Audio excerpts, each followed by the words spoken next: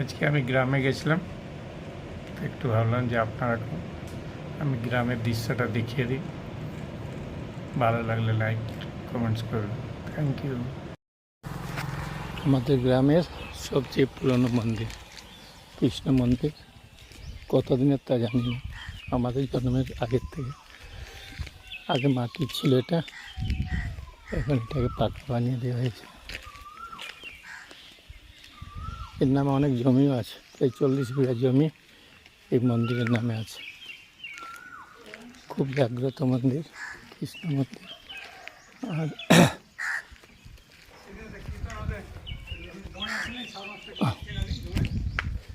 একটু দেখিয়ে দিই, গ্রামে এসেছি, ভাবলাম একটু মন্দিরটা দেখিয়ে দিই আপনাকে। দেখুন, মন্দির খোলা নেই এখন, তাই আমি বাইরের থেকে একটু প্রণাম করে নিই।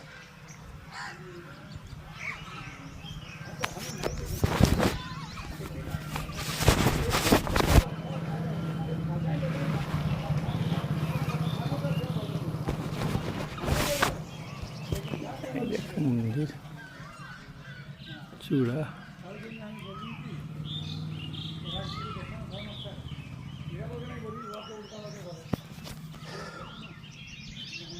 এখানে জলের